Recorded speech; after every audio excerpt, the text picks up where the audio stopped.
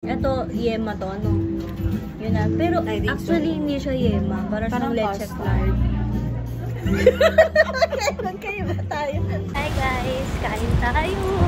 Dito sa Jangnan. Hi! Yeah, mag-order na tayo. Kasama namin si Wina, tsaka si Paul, si Ukas. Ito na yung soup natin. Mild, spicy, and original. Sakto sauce sila dito. Yung original. Yung signature. Yummers. Ayan na. Favorite ko yung quail eggs dito. Tapos ito, mushrooms. Yan, meron tayong mga balls, mga noodles. Kain din daw si JK. Kain! Yay! Hindi ko alam eh. Dumami na yung balls natin, guys. Very good. Nice soup. Niluto ni Paul yung noodles ko. Thank you! Tayo. Yan na, madami na laman guys. Kain tayo. Din. Taro ball daw to. Harap din ha? Juicy. Ito naman yung tendo ball. Ay, natapos lang. Yan, tapos na. Magkakotse na kami. Saan tayo? Dito tayo? Oo, sa H proper. H proper. Magkakape. H proper roasters kami. Ayun, kung ano man yun. Tapos ito, dito kami nandiyan na. Tapos ito na yung chan namin.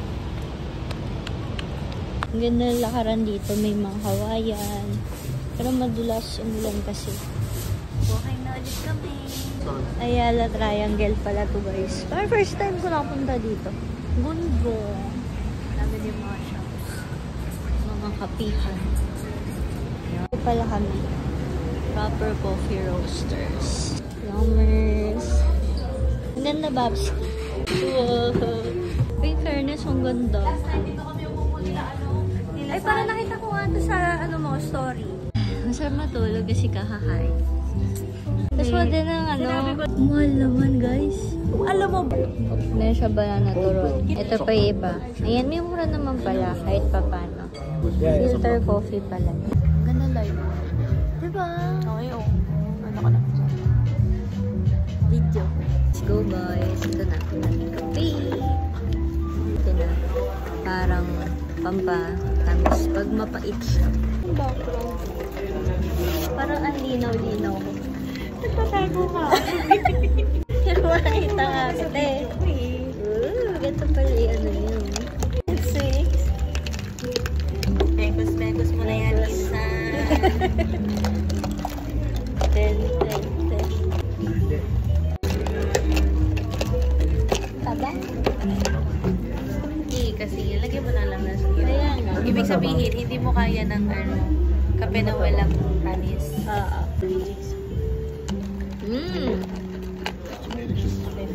Ito na yun.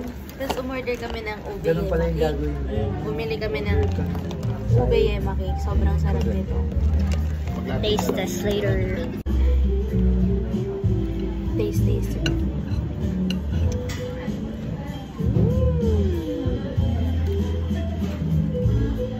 Hindi ako fan ng ube. Pero for some reason gusto ko lang. Ayun siya, may makupuno ba ito? Hindi ko rin alam eh. Parang meron.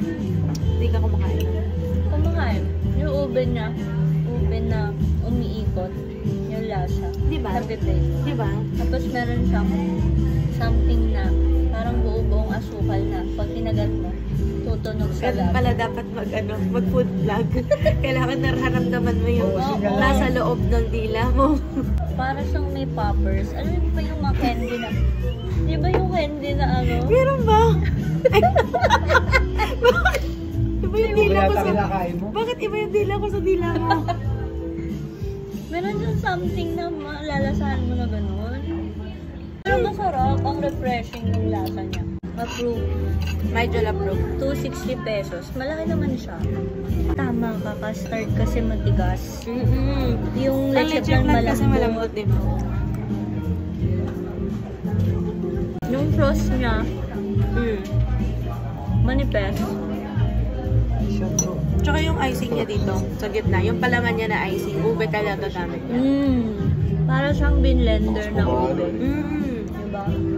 Kasi lasang lasa. Yung pagtigim niya, paubos na. Oo, di ba dapat yung una subo lang yun.